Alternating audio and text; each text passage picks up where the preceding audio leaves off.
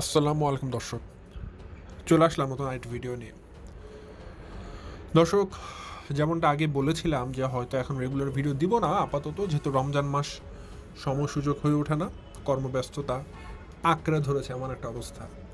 তো আজকে আসলে ভিডিও দেওয়ার প্ল্যান না থাকলেও আসলে এমন একটা ইনফরমেশান পেয়েছি, আমি শত ব্যস্ততার মাঝেও মনে হলো যে কিছু সময় এই ভিডিওটা দেওয়া উচিত। কারণ বিষয়টা এরকম দর্শক, এবং এটা মনে করি আপনাদের প্রত্যেকের ভালো লাগবে। আমি আসলে কল্পনা করতে পারিনি মানুষ এতটা ছোট লোক, এতটা নির্দয়, এতটা অমানবিক হতে পারে। আমার আজকের ভিডিওর কন্টেন্ট তারই প্রমাণ, এবং কতটা চতুর হতে পারে একটা মানুষ, এটা আমার ভিডিও দেখলে আজকে আপনারা বুঝতে পারবেন দর্শক, কতটা চতুর হতে পারে। প্রথমত দর্শক, আমার ভিডিওতে কী থাকবে সেটা বলে যে আমার আজকের ভিডিওতে আপনারা প্রথমত ফাতেহাকে নিয়ে কিছু কথা জানতে পারবেন, যেখানে আমি দেখাবো ফাতেহার প্রত্যেকটা পর্ব ঠিক বাপ্পির অনুকরণে যাচ্ছে। ব্যাখ্যাটা ভিডিওতে দিব। পাশাপাশি ফাতেহার কমেন্ট সেকশন নাকি রেস্ট্রিক্টেড করে দেওয়া হয়েছে, তাকে নাকি কমেন্ট করা যায় না। এই সমস্ত ধান্দালি মার্কা কথাবার্তার একটা নমুনা দেখাবো। এবং দ্বিতীয় সেগমেন্টে যেটা থাকছে সেটা হচ্ছে বাপ্পি এবং তিশাকে নিয়ে, যেটা সবচেয়ে দুর্দান্ত, সবচেয়ে ফাটাফাটি বিষয় আজকের। আমি এখন যে কথা বলবো দর্শক, সেটা বলার পর হয়তো অনেকের পায়ের নিচে মাটি, অনেকের মাথার উপর ছাদ, হয়তো মাথার উপর আকাশ, কিছুই থাকবে না। বাট ঘটনা এটাই সত্য। আমাদের বাপ্পি ভাইজান এবং তিশা, এই দুই নানা নানি কিন্তু বর্তমানে পাবনাতে নেই দর্শক। কোথায় আছে জানেন? কি ভাবছেন, ঢাকাতে? না, ঢাকাতেও নেই। তারা দুজন এখন আছে পদ্মার চরে। কল্পনা করা যায়, মা মারা গেছে, এখন 1 মাস ঠিক মতো হতে পারলো না, বাপ্পি তিশা ইতিমধ্যে পদ্মার চরে চলে গেছে বাদর নাচ নাচতে। ওই যেখান থেকে তার মা মারা গিয়েছিল, সেখান থেকে ঘটনা পুনরাবৃত্তি করতে তারা আবার পদ্মার চরে গিয়েছে বাদর নাচ দেখাতে। কল্পনা করা যায়? এই যে কথাটা বললাম, অবশ্যই এখন সবাই প্রমাণ দেখতে চাইবেন। প্রমাণ কি, সেটার প্রমাণ দেখানোর জন্য তো আজকের ভিডিওটা দর্শক। সো আজকের ভিডিওটা অনেক বেশি দুর্দান্ত হতে যাচ্ছে দর্শক। যদি পুরো ভিডিওটা দেখেন, পুরো কথা আমার শুনেন, লজিক্যাল সেন্সে কিছু কথাবার্তা বলবো, আশা করি সবাই সব কিছু বুঝে যাবেন। সো বেশি কথা না বাড়িয়ে চলুন শুরু করা যাক আমার আজকের ভিডিও। শুরুতে বলে রাখি, আপনারা যারা নতুন, এখন পর্যন্ত আমার চ্যানেলটিকে সাবস্ক্রাইব করে পাশে থেকে ছোট্ট বেল আইকনে বাজিয়ে অল নোটিফিকেশন অন করে নিয়ে অবশ্যই করে দিবেন। আর যারা ভিডিওটা দেখছেন, লাইক দিয়ে ভিডিও দেখা শুরু করবেন। দর্শক, আমি আমার ভিডিওর মূল কথা শুরু করে দেই।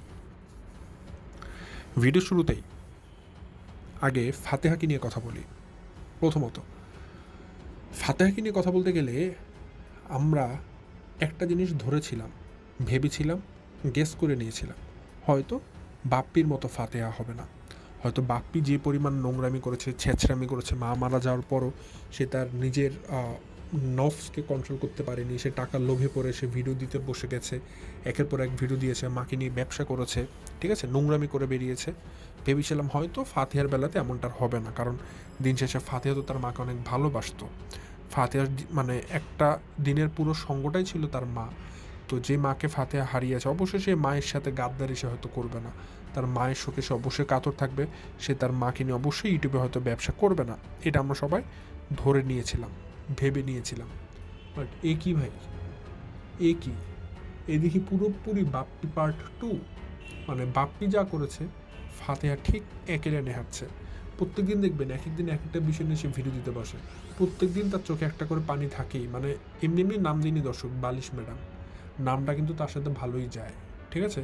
সারাদিন বালিশ একটা নিয়ে এখন কান্নাকাটি লাগিয়েছে। বুঝবেন না যে এটা তার দুঃখের কান্না, কষ্টের কান্না না। একটা সাইকোলজি দিয়ে বুঝাই দর্শক আপনাদেরকে, একটা সাইকোলজিক্যাল গেম বলতে পারেন। দেখুন, একটা মানুষের মনে যদি অনেক কষ্ট থাকে, দুঃখ থাকে, তার মা মারা গেছে, এটার প্রতি তার অনেক সমবেদনা থাকে, তাহলে একটা মানুষ না তার ভিডিওর থাম্বনেলে তাকে নিজেকে পোজ দিয়ে, কান্নার ছবি দিয়ে এডিট করে বসিয়ে অ্যাড বসাতে পারে না। ফাতেহা খুব নিখুঁতভাবে তার এক একটা ভিডিওর থাম্বনেল বানায়। খেয়াল করে দেখবেন, সে যখন ভিডিওর থাম্বনেলগুলো বানায়, সেগুলো কিন্তু সে আলাদা করে পোজ দেয়, এবং কোনো একজন তাকে সেই ছবিটা তুলে দেয়। তার মানে সে কান্নার অভিনয় করে পোজ দিচ্ছে, যেন তাকে খুব মায়াবী মনে হয়, তাকে যেন খুব ইনোসেন্ট মনে হয়, তাকে যেন দেখে বোঝায় অনেক দুঃখ পাচ্ছে, অনেক কষ্টে আছে। এই চিন্তা করে ফাতেহা ছবিগুলো তুলে, ঠিক আছে, তুলে তার ভিডিও থাম্বনেল তৈরি করে, এবং আপনারা সেটা দেখে অনেক সমবেদনা জানান। তো তো দেখুন, একটা মানুষের মনে যদি সত্যি দুঃখ থাকে, সে এইভাবে করে কখনোই থাম্বনেল বানাতে পারবে না। অ্যাটলিস্ট ফাতিহা যেভাবে করে থাম্বনেল বানাচ্ছে, এটা দেখে আমার এটাই মনে হচ্ছে। কারণ আপনারা খেয়াল করে দেখবেন, যদি কারো মনে দুঃখ থাকে, কষ্ট থাকে, সে কোনো দিনই তার ভিডিও প্রপার ওয়েতে ছাড়তে পারে না। জাস্ট একটা ঘটনা হয়েছে, জানানো লাগবে, কোনো মতো খালি জানিয়ে দেয়। কিন্তু ফাতিহা খুব অর্গানাইজড ওয়েতে তার প্রত্যেকটা ভিডিও আপলোড করছে। সো এটা দেখে কিন্তু বোঝাই যাচ্ছে ফাতিহা আসলে তার মার প্রতি দুঃখ কষ্ট থেকে ভিডিওগুলো মেক করছে, এমনটা নয়। বরং সে ব্যবসা করার জন্য, যে তার মাকে নিয়ে ভিডিও দিলে এখন ভালো একটা ভিউ হবে, ভালো ডলার কামাতে পারবে, সেই চিন্তা করে সে রেগুলার ভিডিও দিচ্ছে। সবচেয়ে আশ্চর্যজনক বিষয়, বাপ্পি যেভাবে প্রত্যেক দিন তার মাকে নিয়ে একটা করে ভিডিও দিয়েছে আর ডলার কামিয়েছে, ফাতিহাকে দেখলাম ঠিক একইভাবে প্রত্যেক দিন তারা মাকে নিয়ে একটা করে ভিডিও দেয় এবং ডলার কামাচ্ছে, ভিউ হচ্ছে যে ভালো, এই জন্য সে তার মাকে নিয়েই ব্যবসা করে যাচ্ছে। আজকে আবার দেখলাম, মানে গতকালকে, যে সে তার মায়ের জামা কাপড় ধরে কান্নাকাটি করছে। আসলে তো সে কান্নাকাটি কিন্তু মন থেকে কান্নাকাটি নয়, এই কান্নাকাটিগুলো অভিনয়। কারণ আপনাদেরকে দেখাচ্ছে যে দেখুন আমার কত কষ্ট হচ্ছে। যদি আসলেই মায়ের প্রতি এত মানে কষ্ট থাকতো, কখনও সে তার এই কষ্টের কান্নাগুলো সুন্দর মতো থাম্বনেল তুলে এডিট করে থাম্বনেলে লেখালেখি লিখে তারপর ভিডিও আপলোড করতে পারতো না। কোনো মতো জাস্ট ভিডিও দিয়ে সে ছেড়ে দিত, এবং সেখানে আবার অর্গানাইজড হতে অ্যাড বসানো, প্রত্যেকে 1 মিনিট পর পর অ্যাড দেওয়া, এই কাজগুলো সে কখনো করতে পারতো না। বাট যেহেতু ফাতিহা করেছে, আমি একদম মোর দ্যান এনাফ, আমি একদম 110% কনফার্ম করে বলছি, ফাতিহার মনে তার মাকে নিয়ে বিন্দুমাত্র দুঃখ কষ্ট কিছুই নেই। একদমই বলতে পারেন বেইমান সন্তান। হয়তো নাজমানটি ভুল মানুষদের জন্য এতদিন এত কিছু করেছিল, ঠিক আছে। ফাতেও ঠিক বাপ্পির মতো তার নিজের স্বার্থেই, মানে আপন পাতেই সে আনা আর কি। যেহেতু দেখছে তার মাকে নিয়ে এখন ভিডিও দিলে ভালো ভিউ হচ্ছে, ভালো ডলার কামাই করতে পারছে, ভালো ব্যবসা হচ্ছে, সে এখন এটার পিছনেই লেগে আছে। প্রত্যেক দিন মা এই, মা ওই, মা সেই, মাকে ছাড়তেই চাচ্ছে না 2 ভাই বোন, ঠিক আছে। বাপ্পি দেখবেন যদি 20 মিনিট একটা ভিডিও দেয়, সেই 20 মিনিটের ভিডিওর মধ্যে সে কিন্তু প্রথম 5 মিনিট তার মাকে নিয়ে 2-1 লাইন বলবেই, তারপরে সে বাকি কথা বলবে, ঠিক আছে। মানে জিনিসটা এমন হয়েছে, তাদের কাছে এখন তাদের মায়ের বিষয়টা একটা ভিডিওর কন্টেন্ট হয়েছে, ভালো একটা কন্টেন্ট। আর বাপ্পির বিষয় নিয়ে একটু পর আসবো, তো ফাতের বিষয়টা শেষ করে নেই। ফাতে একটা কথা বলেছে দর্শক, আপনারা ফাতের চ্যানেলে গেলে দেখবেন তাকে কিন্তু কমেন্ট করা যায় না, ঠিক আছে। কমেন্ট সেকশনটাতে অফ করে দেওয়া রেখেছে। মানে কি দর্শক, আমিও চাইলে পারবো, এখন আপনাদেরকে বলছি না যে আমি কিন্তু আমার আজকের এই ভিডিও কমেন্ট সেকশন অফ করে রাখতে পারবো, আপনারা কেউ আমাকে কমেন্ট করতে পারবেন না, আমি চাইলেই পারবো এটা। কারণ এটা একটা ইউটিউবার যখন ভিডিও ছাড়ে, তার কাছে এই মানে ক্ষমতাটা ইউটিউব দিয়ে দেয় যে আমি আমার ভিডিওতে কমেন্ট সেকশনটা অ্যালাউ করবো নাকি করবো না। শুধু এটা না, আরও একটা অপশান ইউটিউব দিয়ে দেয়, সেটা হচ্ছে কি, দেখবেন যে আমাদের ভিডিওতে যে লাইক সংখ্যাটা আছে, ঠিক আছে, লাইক সংখ্যাটা, কার ভিডিওতে কত লাইক আসলো, 100, 200 না 1000, 2000, এই লাইক সংখ্যাটা কেউ চাইলে হাইড করে রাখতে পারবে। তো এই সিস্টেমগুলো না ইউটিউব নিজেই ইউটিউবারদেরকে দিয়েছে, এই পাওয়ারটা ইউজ করার জন্য বা ইউটিলাইজ করার জন্য, ঠিক আছে। তো ফাতেহা যেটা বলেছিল দর্শক কিছুদিন আগে, মানে তখন সে বলেছে যে তার নাকি ইউটিউব চ্যানেলের কমেন্ট সেকশনটা ইউটিউব থেকে নাকি রেস্ট্রিক্টেড করে দেওয়া হয়েছে, কেউ নাকি তাকে কমেন্ট করতে পারছে না। চিন্তা করুন, মানে আপনাদেরকে কত বড় গবেট, কত বড় মূর্খ প্রমাণ করছে সে, যে সে বোঝাচ্ছে যে আপনারা তো কেউ জানেন না এই জিনিসটা, এই জন্য সে আপনাদেরকে বোকা বানিয়ে বোঝাচ্ছে ইউটিউব থেকে নাকি তার কমেন্ট সেকশন রেস্ট্রিক্টেড করে দেওয়া হয়েছে। তা আমার প্রশ্ন, আপনি এমন কী কাজ করেছেন যার জন্য ইউটিউব আপনার কমেন্ট সেকশন রেস্ট্রিক্টেড করে দিবে? এটা আপনি সাধারণ দর্শককে বোঝাতে পারেন, বাট আপনি একজন ইউটিউবার হয়ে আরেকজন ইউটিউবারকে কথা কখনোই ভূগোল বোঝাতে পারবেন না। কারণ ভাই, আমি ইউটিউবিং করি, আমিও জানি কমেন্ট সেকশন রেস্ট্রিক্টেড হয় নাকি রেস্ট্রিক্টেড করে দেওয়া হয়। সো কথাবার্তা বুঝে বলা উচিত আপনার, ঠিক আছে। তো এখন যেটা হয়েছে দর্শক, ফাতিহা ভালো মতো জানে সে তার মাকে নিয়ে যেভাবে নোংরামি শুরু করেছে, যেভাবে ভিডিও দেওয়া শুরু করেছে, প্রত্যেকটা দর্শকই তার প্রত্যেকটা ভিডিওতে ধুমসে খালি গালিগালাজ করবে। এটা কিন্তু আপনারা সবাই মানান দর্শক, এবং এটাই বাস্তব, ফাতিহাকে সবাই গালিগালাজ করবে। তো ফাতিহাকে যেন কেউ গালিগালাজগুলো করতে না পারে, এই জন্য ফাতিহা যেটা করেছে দর্শক, দেখবেন তার মাকে নিয়ে যখন সে ভিডিও দেয়, তখন সে সেই ভিডিওগুলোকে, মানে কমেন্ট সেকশনটাকে সে রেস্ট্রিক্টেড করে দেয়। মানে কেউ তাকে কমেন্ট করতে পারবে না, খালি ভিডিও দেখতে পারবে, শুনতে পারবে। কিন্তু মাঝখানে দেখবেন একটা ভিডিওতে, যখন সে প্রথম এসেছিল তার মাকে নিয়ে ভিডিও দিয়েছিল, সেই ভিডিওতে সে কিন্তু তার কমেন্ট সেকশনটা ওপেন রেখেছিল। কারণ কি জানেন? কারণ সে ভালো মতো জানে, যেহেতু আজকে এতদিন পর হঠাৎ করে প্রথম মাকে নিয়ে ভিডিও দিয়েছি, ওই ভিডিওতে সবাই আমাকে সিম্প্যাথি দিবে, সবাই ভালো ভালো কথা বলবে, এই জন্য ওই ভিডিওর কমেন্ট সেকশন সে আবার ওপেন রেখেছিল। এখন দেখবেন এখন আবার তার সব কমেন্ট সেকশন অফ, কোনোটা সে অন রাখেনি, ঠিক আছে। কোনো ভিডিওতে তাকে আপনারা কমেন্ট করতে পারবেন না। তো আমার কথা দর্শক খুব সুন্দর মতো বুঝবেন, আপনার কমেন্ট সেকশন ওপেন করতে এত ভয় কেন? আপনারা তো ভালো কাজ করছেন, তাই না? আপনারা তো আপনাদের ধারাবর্ষের মতো কোনো খারাপ কাজ করছেন না, ভালো কাজ করছেন। তো যদি ভালো কাজ করছেন, আপনারা কমেন্ট সেকশন অফ করছেন কেন? মানে অন করে রাখতে ভয় পাচ্ছেন কেন? দর্শকরা যদি গালিগালাজ করে, আপনাদের সাহস নেই কেন সেগুলোর মোকাবেলা করা?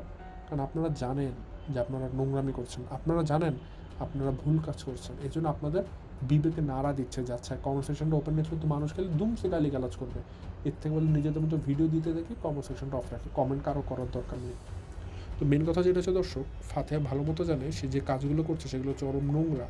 এই জন্য এই কাজের মধ্যে যেন কেউ কোনো বাধা তৈরি করতে না পারে, কেউ কোনো খারাপ কথা বলতে না পারে, এই কারণেই ফাতেহা কিন্তু তার কমেন্ট সেকশনটা ডিলিট করে, মানে অফ করে রেখেছে, যাতে করে কেউ তাকে কমেন্ট করতে না পারে, এবং সে তার মতো করে যা মন চায় যখন মন চায় সেভাবে করে সে ভিডিও দিয়ে যাবে। তার কোনো রেস্ট্রিকশন থাকবে না, কোনো বাধা ধরা থাকবে না, কারণ সে এখন বর্তমানে তার মাকে নিয়ে ব্যবসা করবে।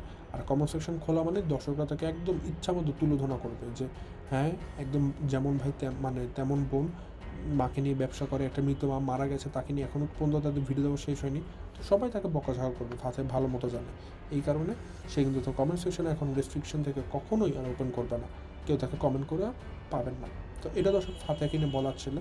এখন হচ্ছে আমার ভিডিও দ্বিতীয় সেগমেন্ট, বাপ্পিকে নিয়ে।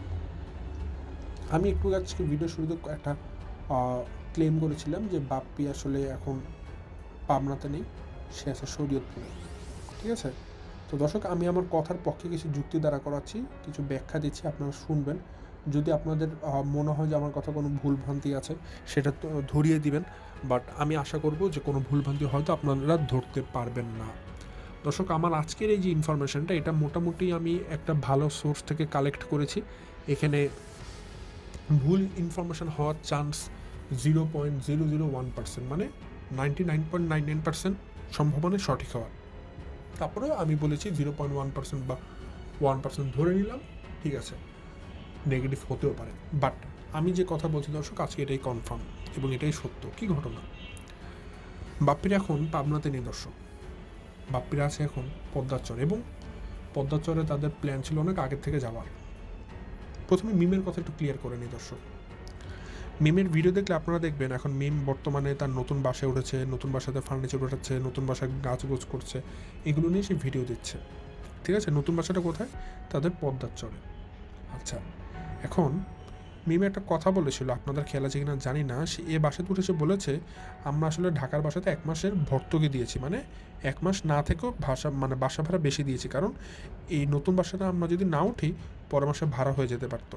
এর জন্য আমরা ঢাকার বাসাটাতে 1 মাসের বাসা ভাড়া অকারণে দিয়েছি, না থেকেও, ঠিক আছে?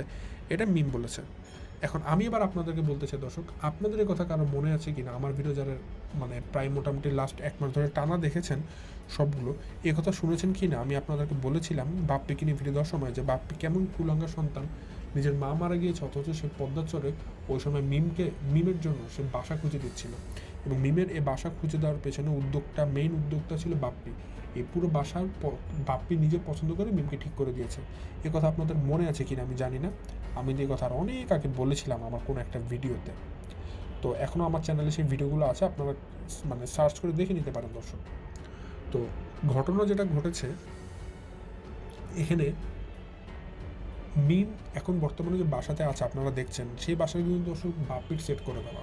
বাপ্পির সেট মানে এটা নয় যে বাপ্পি ফার্নিচার সেট করে দিয়েছে, সেট মানে বুঝেছে এটা মিম কোন বাসাতে উঠবে, কোন বাসা ভাড়া নেবে, ঠিক আছে? সেটা বাপ্পি মাঝখানে তার মা মারা যাওয়ার আগে দিয়ে যখন পদ্মাচরে গিয়েছিল ওই সময়তে বাপ্পি একদিনের মধ্যে মিমের জন্য বাসা ঠিক করে দিয়েছিল। এটা বাপ্পি নিজের হাতে পছন্দ করেছিল, ঠিক আছে? মিম মানে নিজের হাতে বাপ্পি পছন্দ করেছে মিমের বাসাটা, এবং বাপ্পির ওই সময়তে নিয়ত ছিল বা প্ল্যান ছিল তাদের সবার যে মিমকে একদম নতুন বাসাতে উঠিয়ে দিবে, সেখানে পার্টি খেলবে, পোলাও কোরমা মাংস খাবে, তারপরে মানে পাবনার উদ্দেশ্যে সে রওনা দেবে। কিন্তু আনফর্চুনেটলি আপনারা জানেন যে নাচ মানে কিন্তু হঠাৎ করে মারা যায়। তো তখন বাপ্পির আর ওই উদ্দেশ্য পূরণ হয়নি, শুধুমাত্র মিমের বাসা ঠিক করে দিয়েছে এ পর্যন্তই যা, কিন্তু সেটা নিয়ে আর কোনো পার্টি করতে পারিনি। বাপ্পি চলে আসে পাবনাতে, ঠিক আছে? পাবনা চলে আসে। এখন কথা দাঁড়ায় সে যেহেতু পাবনাতে চলে এসেছে, সে কিন্তু মিমের ওই বাসাতে আর কোনো পার্টি করতে পারলো না, বা মিমের ওই বাসাটায় সে যে একটা এনজয় করবে বা একটা মানে ফুর্তি করবে প্ল্যান করেছিল, সে কোনো কিছু আর করতে পারেনি, কিন্তু কারণ যেহেতু তার মা মারা গেছে দুর্ঘটনাবশত। এখন বাপ্পির উচিত কী ছিল, যেহেতু তার মা মারা গেছে, মিমের যে বাসাটা সেটা মিমের মতো উঠবে, পার্টি নিজের মতো করবে, এটাই তো, তাই না? কিন্তু বাপ্পির সহ্য হয়নি। বাপ্পির কথা যেহেতু বাসা সে ঠিক করে দিয়েছে, সে পার্টিও করবে, সে সেখানে যাবে এবং সে সত্যি সত্যি গিয়েছে। মানে মিমের যে বাসাটা দর্শক ঠিক করেছে পদ্মার চরে, সেখানে কিন্তু বাপ্পি এখন আছে। মানে মিমকে ওই বাসাতে শুধুমাত্র মিম বাবু তারা উঠেনি, মিমকে ওই বাসাতে বাপ্পি নিজের হাতে উঠিয়ে দিয়েছে।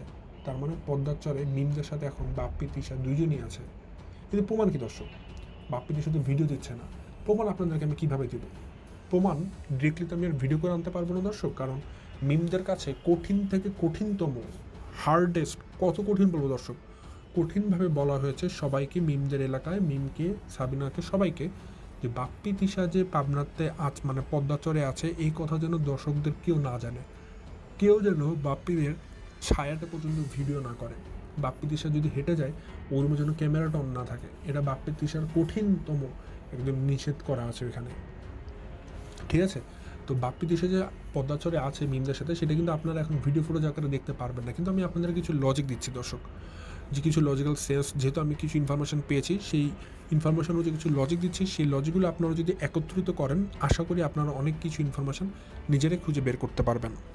প্রথমে দর্শক আমি আপনাদেরকে যে ইনফরমেশনটা দেবো সেটা হচ্ছে, আপনারা বাপ্পি এবং তিশার চ্যানেলে যাবেন, গিয়ে দেখবেন তারা রেগুলারভাবে কয়টা ভিডিও দিয়েছে। খেয়াল করে দেখবেন তাদের রেগুলার ভিডিওর মধ্যে কিন্তু সর্বশেষ বাপ্পি 3 দিন আগে একটা ভিডিও দিয়েছে, তিশা 2 দিন আগে একটা ভিডিও দিয়েছে। আপনারা যদি বাপ্পি তিশার ভিডিওগুলি একটু ভালো মতো খেয়াল করেন, দেখবেন প্রত্যেকটা ভিডিওর আসলে এই জিনিসটা খুব নিখুঁতভাবে না দেখলে বোঝার কায়দা নেই, যে প্রত্যেকটা ভিডিওর ডিউরেশন কিন্তু এরকমটা না যে বাপ্পিরা সকাল দেখাচ্ছে, দুপুর দেখাচ্ছে, রাত দেখাচ্ছে, এমনটা না। মানে আপনারা বাইরের আলাপদাস কম দেখবেন, মনে হবে যেন ঘরের ভিডিওই খালি, মানে ঘরের ভিতরেই খালি ভিডিও হচ্ছে, বা খালি দুপুরের আলোই দেখা হচ্ছে, যেন এমনটা এরকমভাবে হচ্ছে যে এখন দুপুরের ভিডিও, কালকেরটা হচ্ছে বিকালের ভিডিও, পরের দিনে তো রাতের ভিডিও, মানে একদিনে পারলে 2-3টা ভিডিও করে রেখেছে। আসলে বুঝতে কঠিন হলেও আমি আপনাদেরকে আরও সহজ করে দিচ্ছি। প্রথমে আপনারা যেটা আমি বলেছি সেটা ধরুন, যে বাপ্পি এবং তিশা এখন পদ্মাচরে আছে, তাহলে তারা এখন পাবনাতে কীভাবে ভিডিও দিচ্ছে সেটার অ্যান্সারটা আমি আপনাদেরকে দিয়ে নিই। বাপ্পিরা জানে যে তারা হচ্ছে পাবনা থেকে পদ্মাচরে যাবে এবং তারা ফুর্তি করবে, আনন্দ করবে, এবং এটা দর্শকদেরকে জানানো যাবে না। তো দর্শকদের চোখে যদি ধুলা দিতে হয় কী করতে হবে? তার মানে অবশ্যই পাবনা থেকে তাদেরকে এক্সট্রা কয়েকটা ভিডিও করে নিয়ে যেতে হবে, যেটা তারা পদ্মার চরে বসে একটা একটা করে প্রতিদিন ছাড়বে, যাতে করে দর্শকরা বুঝে বাপ্পিরা তো পাবনাতেই আছে, কেউ যেন এটা বুঝতে না পারে যে তারা পদ্মার চরে গিয়েছে। এই জন্য তারা এখন পদ্মার চরে বসে প্রত্যেক দিন দেখবেন একটা একটা করে পাবনার ভিডিও ছাড়ছে, এবং যখন তারা বুঝতে পারছে যে এখন ভিডিও শেষ পর্যায়ে, তখন তারা গ্যাপ নিচ্ছে। যেমন যে বাপ্পি এখন টানা 3 দিন ভিডিও দিচ্ছে না, তিশা 2 দিন ভিডিও দিচ্ছে না, এখন আজকে যে আমি ভিডিও দিচ্ছি দেখবেন আজকে আবার আরেকটা ভিডিও দিয়ে দিবে তারা, সাথে সাথে দেখাবে যে আমরা পাবনাতে আছি। এখন কথা হচ্ছে, এমনটা কি হতে পারে না বাপ্পি নিজে এসে ভিডিও দিবে পাবনাতে বসে এবং বলবে দেখুন আমি পাবনাতে আসি, পদ্মার চরে যাইনি? হতে পারে কি না? অবশ্যই হতে পারে। বাপ্পি কিন্তু এত কাঁচা খেলোয়াড় না, এই ভিডিওটাও অগ্রিম বাপ্পি পাবনা থেকেই বানিয়ে এনেছে। যদি বাপ্পিটা দিয়ে থাকে আপনারা বুঝবেন এই ভিডিওটা বাপ্পি পাবনা থেকে বানিয়ে এনেছে। শর্ট একটা ক্লিপ, ধরুন কোনো একটা ভিডিওর মধ্যে শুরুতে 2-3 মিনিটের একটা ক্লিপ লাগিয়ে দিবে, যে দেখুন দর্শক আমরা কোনো পদ্মার চরে না, আমরা পাবনাতেই আছি, এগুলো যেগুলো ভিডিও দেখছেন সেগুলো ভুলভ্রান্তি আপনাদের ছড়ানো হচ্ছে। এরকম যদি শর্ট একটা ক্লিপ বাপ্পি আগে থেকে বানিয়ে রাখে বুদ্ধি করে, সেটা যদি পরবর্তীতে কোনো একটা ভিডিওর মধ্যে জোড়াতালি দিয়ে দেয়, তাহলে তো হয়ে গেল, আপনাদেরকে ভূগোল বুঝিয়ে দিতে পারবে। সো এই কাজটা বাপ্পি অবশ্যই চতুর হলে করে রেখেছে। তো বাপ্পি যদি প্রমাণ দিতে চায় দেখবেন ভবিষ্যতে এরকম একটা প্রমাণ নিয়ে আসতে পারে। সো আমি অগ্রিম বলে দিলাম যে বাপ্পি কী কী করতে পারে, কারণ আমি ওভার কনফিডেন্ট হয়ে বলছি বাপ্পিরা কিন্তু এখন দর্শক পাবনাতে নেই, তারা আছে পদ্মার চরে। আমি আরও কিছু আপনাদেরকে কথা বলি যেগুলো আসলে সেদিকে যুক্তিতর্কের সাথে যায়। বাপ্পি খুব আগ্রহ নিয়ে মিমের বাসাটা নিয়ে বসেছিল, মিম নতুন বাসা উঠবে, সেখানে বাপ্পি মজা করবে, সেখানে বাপ্পি তিশারা এক রাত থাকবে, ঠিক আছে? মানে নতুন বাসাতে যা যা মজা হয় আর কি, বাপ্পিগুলো চিন্তা করেছিল, এবং এই কারণে বাপ্পি নিজের হাতে মিমের বাসাটা ফিক্সড করে দিয়েছিল। এটা আপনারা অনেকে জানেন না, মিম যে বাসাতে উঠেছে এটা কিন্তু মিম বা বাবু তারা পছন্দ করেনি, এই বাসাটা আগের থেকেই বাপ্পি পছন্দ করে ফিক্সড করেছিল মিমের জন্য, এবং মিম এই বাসাতেই উঠবে বলেছিল।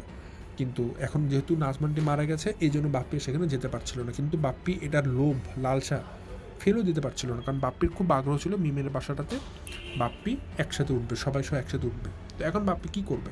তার মা তো মারা গেছে, তাই বলে কি বাপ্পি সুখ বিসর্জন দিবে? না, বাপ্পি কখনো সুখ বিসর্জন দিবে না, সেও যাবে মিমের ওই বাসাটাতে, সেও মজ মাস্তি করবে, ফুর্তি করবে, কিন্তু কীভাবে করবে?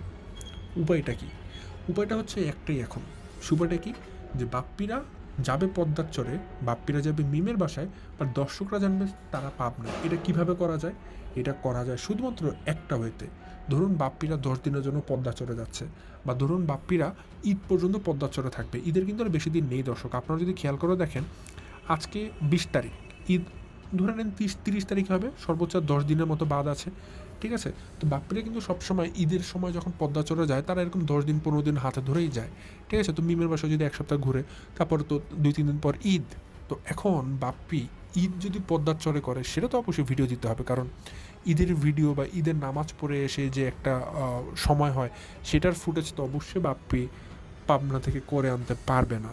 কিন্তু বাপ্পি পারবে যেটা, ঈদের আগ পর্যন্ত সে পদ্মার চরে বসে ঘুরতে, ঠিক আছে? তো এখানে কয়েকটা কনসিকুয়েন্স হতে পারে দর্শক, আমি আপনাদেরকে বলি। বাপ্পি এবার প্রথমত পদ্মা চরে গিয়েছে একদম ঈদ করে আসবে বলেই, ঠিক আছে? ঈদ করে আসা পর্যন্ত সে পদ্মা চরে গিয়েছে। কিন্তু আপনারা জানেন, যেহেতু বাপ্পির মা মারা গেছে, সবাই এটাকে অনেক খারাপ চোখে দেখবে। তো বাপ্পির আসলে এগুলো তো কোনো যায় আসে না। সে যদি ঈদের আগে বলে আমরা শুধুমাত্র, যেহেতু আমাদের ওখানে মা নেই, এখানে দেখুন ইমোশনাল কথা যদি বাপ্পিভাবে বলে, দেখুন আমাদের মা জীবিত নেই, আমার মা মারা গেছে, এখন আমরা যদি এখানে ঈদ করি, মানে একটা দুঃখ লাগবে, কষ্ট লাগবে যে মা থাকতেও মা নেই, কেমন একটা খারাপ লাগবে। এই জন্য আমরা চিন্তা করেছি মাকে এরকম যেন ভুলে থাকতে পারি, কষ্ট কম লাগে, যেন আমরা পদ্মা চরে এসেছি, এরকম বলতেই পারে বাপ্পি। আর যদি এরকম না বলে, তাহলে মনে রাখবেন ঈদের একদিন আগে হলে বাপ্পি পাবনাতে রিটার্ন করবে। তো যদি বাপ্পি পাবনাতে রিটার্ন করে, তাহলে তো পাবনাতে বসে ঈদের ভিডিও দিবে, এটা আপনারা দেখতেই পারবেন। কিন্তু প্রশ্ন দাঁড়ায়, বাপ্পি যদি পদ্মা চরে থাকে, যেটা আপনাদের মনে এখন অবশ্যই আসবে যে ভাই বাপ্পি পদ্মা চরে আছে বুঝলাম, কিন্তু বাপ্পি তাহলে ভিডিওগুলো দিচ্ছে পাবনা কীভাবে করে, সেটা আমি আপনাদের এক্সপ্লেন করি। দর্শক, বাপ্পি অ্যাডভান্স অনেকগুলো ভিডিও আগে থেকে বানিয়ে নিয়েছে। বাপ্পি কিন্তু এখন দেখবেন 30-40 মিনিটের ভিডিও দেয় না, শর্ট ভিডিও দেয়, এবং এই ভিডিওগুলো বাপ্পি আগের থেকেই বানিয়েছে, এবং এগুলো খুব রিসেন্টলি খুব দ্রুত একসাথে বানিয়েছে, ঠিক আছে? আপনারা যদি বাপ্পির ভিডিও দেখেন, দেখবেন আপ টু ডেট কোনো ভিডিও কিন্তু দিচ্ছে না। একটা ভিডিও দিলে দেখলে বোঝা যায় ভিডিওটা আমার আপ টু ডেট কিনা। যেমন এই যে দেখুন আমার ভিডিওতে এখন যেটা আপনারা দেখছেন, যে ভিডিওটা দিচ্ছি সেগুলো রিসেন্টলি করা, বা যখন আমি কোনো ভিডিও ছাড়ি আপনাদেরকে, তখন সেভাবে করে ভিডিও নিয়ে ছেড়ে দেখাই। কিন্তু বাপ্পিদের যে ভিডিওগুলো আছে, বাপ্পি যে ভিডিওগুলো ছাড়ছে, সেগুলো এখন বাসি ভিডিও, সেগুলো আগের ভিডিও, বাপ্পি এখন নতুন করে ছাড়ার চেষ্টা করছে, ঠিক আছে?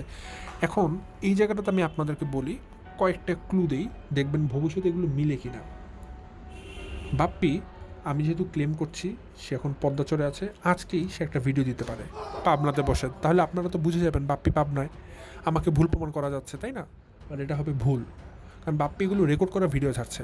আচ্ছা, এখন যদি বাপ্পি একটা এরকম ভিডিও দেয়, দেখুন দর্শক আমি পাবনাতে আছি, একটু আগে বলেছি সেটার ঘটনা কী হতে পারে, সেটা একটা রেকর্ড করা আগের ক্লিপ পাবনাতে বসে সেটা জাস্ট লাগিয়ে দিবে। সো সব দিক থেকে বাপ্পি কিন্তু কট। এখন বাপ্পি পারবে খালি একটা জিনিস প্রমাণ দিতে, একটা লাইভ ভিডিও করে দেখাতে, দেখুন আমি পাবনাতেই আছি। এখন লাইভ করতে গেলে কী করতে হবে, তখন অবশ্যই তাকে পাবনা আসতে হবে, এবং পাবনা থেকে পদ্মাচরের দূরত্ব কতটুকু, 5-6 ঘন্টা, বেশি একটা দূর না। তা আমি যদি ভিডিও দেই এবং বাপ্পি যদি বুঝে এই তো এখন ধরা খেয়ে গেছি, এই তো এখন ফাঁস হয়ে গেছে, এই তো এখন দর্শকরা আমাকে এখন জুতা পিটা করবে, মানে একদম গরু দিয়ে মানে হাল চাষ করবে, যদি বাপ্পিটা বুঝে যায়, সে রাতারাতি সে পদ্মাচর থেকে পাবনা উদ্দেশ্যে রওনা দিয়ে দিবে। মাত্র 5 ঘন্টা সময় লাগে দর্শক, এবং পাবনা দেশে তারপরে সে ভিডিও দেবে, দেখুন দর্শক আমি তো পাবনাতেই আছি।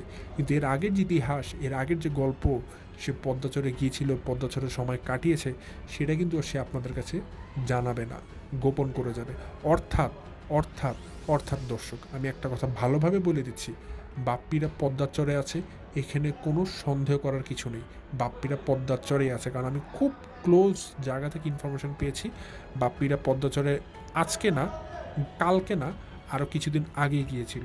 বিশেষ করে মিমরা যখন নতুন বাসাতে উঠবে বলেছিল, বা নতুন বাসায় ঠিক করছিল, গোছাচ্ছিল, ওই সময়তে বাপ্পিরা ফিক্স করেছিল পদ্মা চরে যাবে, এবং তারা পদ্মা চরে গিয়েছে, এবং পদ্মা চরে গিয়ে তারা প্রথমত তিশাদের মায়ের বাসায় উঠেছে, সেখান থেকে পরবর্তীতে মিমের বাসায় গোছানোর পর তারা মিমের বাসাতে গিয়েছে, ঘোরাঘুরি করছে, মজমস্তি করছে, ঠিক আছে? এই জিনিসটা আপনারা জানেন না, আপনাদেরকে বলা হয়নি, কারণ তারা সবাই তাদের বিরুদ্ধে মানে কঠিনভাবে নিষেধ করে দিয়েছে বাপ্পি তিশা যে পদ্মা চরে আছে, এটা যেন কোনোভাবে দর্শকরা জানতে না পারে। এবং মাঝখান থেকে তিশা বাপ্পি যেটা করছে, তারা আপনাদেরকে পুরনো ভিডিও দিয়ে বোঝাচ্ছে যে আমরা পাবনাতে আছি, এটা একটা চাল আর কি। তো আজকে যদি এখন আমি ভিডিও দিয়েছি দর্শক, এখন তো অনেকগুলো ফেট হবে, ফেট মানে পরিণতি হবে, কনসিকুয়েন্স হবে, যে আমার ভিডিওর পরে কী হতে পারে। প্রথমত বললাম 1 নম্বর পয়েন্ট, আমার ভিডিও পর যেটা হতে পারে বাপ্পি আজকে একটা ভিডিও ছাড়তে পারে, সে পাবনায় আছে, ঠিক আছে। 2 নম্বর কনসিকুয়েন্স হতে পারে বাপ্পি একটা ভিডিও দিতে পারে, শর্ট ভিডিও, বলতে পারে আমি পাবনাতে আছি দর্শক, আপনারা ভুল তথ্য জানছেন, সেটাও রেকর্ড করা ভিডিও হবে। 3 নম্বর, আমি ভিডিও দেওয়ার সাথে সাথে যদি কোনো লাইভ ভিডিও না আসে যে হ্যাঁ দেখুন দর্শক পাবনাতে আছি, তাহলে ধরে নেবেন বাপ্পি পদ্মাচরে আছে, এবং বাপ্পি রাতারাতি পদ্মাচর থেকে পাবনার উদ্দেশ্যে রওনা দিবে, পাবনার উদ্দেশ্যে রওনা দিয়ে সে পাবনাতে সে ভিডিও দিবে, এই যে দর্শক আমি তো পাবনাতেই আছি। কারণ পদ্মাচর থেকে পাবনাতে আসতে 5 ঘন্টা মতো তো সময় লাগে, ঠিক আছে। আপনারা জানেন বাপ্পি যেদিন মা মারা যায় সেদিনও কিন্তু বাপ্পি রাতারাতি পদ্মাচর থেকে পাবনা এসেছিল রাতের মধ্যে। তো আমরা বুঝতে পারছেন যাতায়াতটা কিন্তু খুবই সহজ পদ্মাচর থেকে পাবনার দূরত্ব। তো এটাই কিন্তু বাপ্পি করবে, যদি বাপ্পি এখন বুঝে আমি খুবই মাইন্ড কাচিপে পড়ে গেছি, এখন মানুষজন আমাকে খুব গালিগালাজ করবে, যেহেতু আমি পদ্মাচরে এসেছি লুকিয়ে লুকিয়ে এটা মানুষ ফাঁস হয়ে গেছে, তখন বাপ্পি যেটা করবে তখন দ্রুত সে পাবনাতে চলে আসা ছাড়া তার কাছে কোনো উপায় থাকবে না, ঠিক আছে। সো এখন এটাই অপেক্ষা করা যে এখন বাপ্পি কোনটা করে, কোন উপায়টাকে সে বেছে নেয়, সেটা এখন দেখার পালা। সব দিক থেকে বাপ্পি আটকে গেছে, এই দুর্দান্ত ইনফরমেশন আমি মনে করি এখন পর্যন্ত কেউ জানতে পারেনি, বাট আমার কাছে খুব ক্লোজলি ইনফরমেশনটা এসে গেছে। সো বাপ্পি তিশা এখন বর্তমানে মজ মাস্তি করার জন্য পদ্মাচরে আছে। চিন্তা করুন কতটা কুলঙ্গার সন্ধান না হলে, নিজের মা মারা গেছে 1 মাস হলো না, সে এখন পদ্মাচরে গিয়ে বসে আছে। নেক্সট যে কথাটা দর্শক বাপ্পিকে নিয়ে বলবো, আরও একটা মিথ্যাচার দেখুন আপনারা, বাপ্পির চ্যানেলের সর্বশেষ যে 2টো ভিডিও আছে, সর্বশেষ 2টো ভিডিওর মধ্যে দেখবেন সেকেন্ড লাস্ট ভিডিওতে বাপ্পি বলেছে আমার জন্য মিম ঢাকা থেকে কি আমার জন্য তানজিলা কি শপিং করে পাঠালো আমাদের জন্য, আবার বললো কি মিম আমাদের জন্য কি শপিং করে পাঠালো, মাঝখানে কি বললো সাকিব আমাদের রোজার বাজার করে পাঠালো। দর্শক এগুলো আপনারা কি মনে করেন, এগুলো কি আসলেই সত্য? কখনো সাকিব বাজার করে পাঠায়, কখনো মিম মার্কেটিং করে পাঠায়, কখনো তানজিলা কেনাকাটা করে পাঠায়, আসলে বাস্তব না রে ভাই, বাস্তব না। বাপ্পি বারবার খালি আপনাদেরকে বোঝানোর চেষ্টা করছে আমার মায়ের মৃত্যুতে আমি অনেক কষ্ট পেয়েছি, অনেক দুঃখ পেয়েছি, অনেক সুখ পেয়েছি, আমরা কোনো আনন্দ ফুর্তি করছি না, আমরা কোনো বাজার সদাই করছি না, আমরা কোনো কেনাকাটা করছি না, কিন্তু ওদিক থেকে সবাই তাদেরকে গিফট করছে, তাই না? এত মজা, এত মজা দর্শক। এগুলো সব কিছুই নাটক দর্শক। বাপ্পিরা ঠিকই মার্কেটে যাচ্ছে, বাপ্পিরা ঠিকই ঘোরাঘুরি করছে, বাপ্পিরা ঠিকই বাজার সদাই করছে, বাপ্পিরা ঠিকই প্রতিদিন তরমুজ কিনে এনে এনে খাচ্ছে, সবই মজা করছে, তাদের মায়ের মৃত্যুতে কোনো কিছুই হয়নি। কিন্তু সেই জন্য জানে যে আমরা যে মার্কেটে গিয়েছি, কেনাকাটা করেছি, আমরা যে বাজার সদাই করছি, এগুলো যদি দর্শকদেরকে দেখাই, দর্শকরা গালিগালাজ করবে, বলবে যে আপনারা তো তাড়াতাড়ি মায়ের মৃত্যুর শোক ভুলে গেলেন। এই জন্য তারা এগুলো মানুষের নাম দিচ্ছে। কখনো বলছে মিম কেনাকাটা করে পাঠালো, কখনো বলছে তানজিলা কেনাকাটা করে পাঠালো, কখনো বা বলছে সাকিব বাজার করে নিয়ে আসলো। এগুলো সব কিছু মিথ্যা বাকওয়াস, শুধুমাত্র বোঝানোর জন্য যে আমরা কিছুই করছি না। এগুলো যারা বিশ্বাস করবেন তারা বোকার স্বর্গে বসবাস করছেন দর্শক। আমি যা বলছি আজকে আমার প্রত্যেকটা কথা মানে প্রত্যেকটা কথাই দর্শক একদম 100% অথেন্টিক, 100% সঠিক, এখানে কোনো রকম ভুলভ্রান্তি নেই। এবং বাপ্পিরা মানে বাপ্পি এবং ফাতেহার বিশেষ করে দুইজনেরই দর্শক, 2 ভাই বোনের মধ্যে কোনো আলাদা কিছু নেই। ভেবেছিলাম হয়তো ফাতেহা আলাদা হবে, বাট না, 2 ভাই বোনই মায়ের সাথে চরম আকার প্রতারণা করেছে। বিশেষ করে ফাতেহা তার মায়ের সাথে পুরোপুরিভাবে গাদ্দারি করেছে, ঠিক আছে। তো ভেবেছিলাম হয়তো এতটা খারাপ হবে না, বাট এখন যা দেখছি দর্শক নিজেও নিজেকে বিশ্বাস করতে পারছি না যা যা দেখছি। সো বাপ্পি আর মানে ফাতেহার ক্ষেত্রে একটা কথা বলবো, তারা দুজনই একই গোয়ালের গরু দুইটা, ঠিক আছে, যেহেতু একই মায়ের সহোদর দুজন, একই মায়ের সন্তান দুজন। সো বাপ্পি যা ফাতেহা তো তাই হবে। সো আমরা ভুল ভেবেছিলাম ফাতেহাকে নিয়ে। 2 ভাই বোনই টাকার জন্য মরিয়া হয়ে উঠেছে, 2 ভাই বোনই টাকার জন্য মাকে বিক্রি করে খাচ্ছে। আর বাপ্পি নিজের সুখ শান্তির জন্য সে তার মাকে ফেলে সে এখন ঈদ করতে গিয়েছে পদ্মাচরে। আমি জানি না আমার এই ভিডিওর পর বাপ্পি কত দ্রুত পদ্মাচর থেকে পাবনাতে রওনা দিবে, বাট এতটুকু বুঝতে পারছি বাপ্পির সুখ পদ্মাচরে গিয়ে নাচানাচি বান্দর নাচ নাচবে, সে সুখ আশা করি বেশিক্ষণ স্থায়ী হবে না।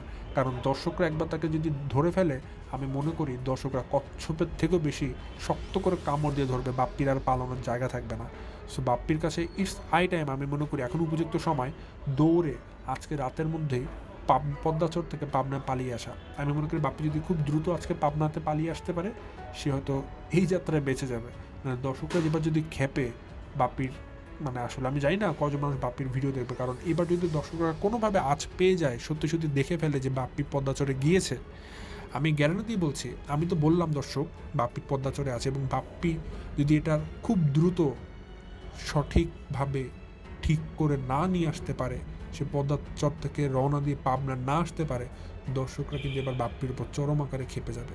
আমি জানি না পরবর্তীতে বাপ্পি আর ভিউ পাবে কিনা, ডলার পাবে কিনা। সো আমি মনে করি বাপ্পির ফিরে আসা উচিত। আর তিশার জন্য কিন্তু বাপ্পি আজকে এত দূর বেড়েছে দর্শক। তিশাই মেনলি পদ্মাচরে ছাড়া ঈদ করতে চায় না, সে পাবনা থাকতে চায় না। তিশার জন্য আজকে বাপ্পির অধপতন। এই যে নাজমানটি মারা যাওয়ার সময় যে বাপ্পি ছিল না পাশে, সেটার কারণও কিন্তু তিশা। তো সব কিছু মিলিয়ে কিন্তু তিশা হচ্ছে নাটের গুরু, সর্দারনি। আশা করি দর্শক আমি আমার কথার মাধ্যমে যে জিনিসগুলো বোঝাতে চেয়েছি আপনাদেরকে সব কিছু ক্লিয়ার করে বোঝাতে পেরেছি। কারণ আমি দর্শক খুব শর্টকাট ওয়েতে একদম টু দ্য পয়েন্ট বলতে চেয়েছি, কারণ মাত্র ইনফরমেশন পেয়েছিলাম, ভেবেছিলাম কাল ভিডিও দিব, বাট যেহেতু এত দুর্দান্ত একটা ভিডিও, মানে আজকে কোনোভাবে আমি ভয়েস নিতে থাকতে পারিনি, এই জন্য আমি আজকে সময় করে হলেও আজকে ভয়েসটা দিচ্ছি। হয়তো একটু রাত হয়ে গেছে, তারপর আজকে ভিডিওটা দিলাম। তো আশা করি দর্শক সবার ভালো লেগেছে। আজকে ভিডিও এই পর্যন্তই, আজ আর বেশি তো বাড়াচ্ছি না, এখান থেকে বিদায় নিচ্ছি। সবাই ভালো থাকবেন, সুস্থ থাকবেন। আসসালামু আলাইকুম।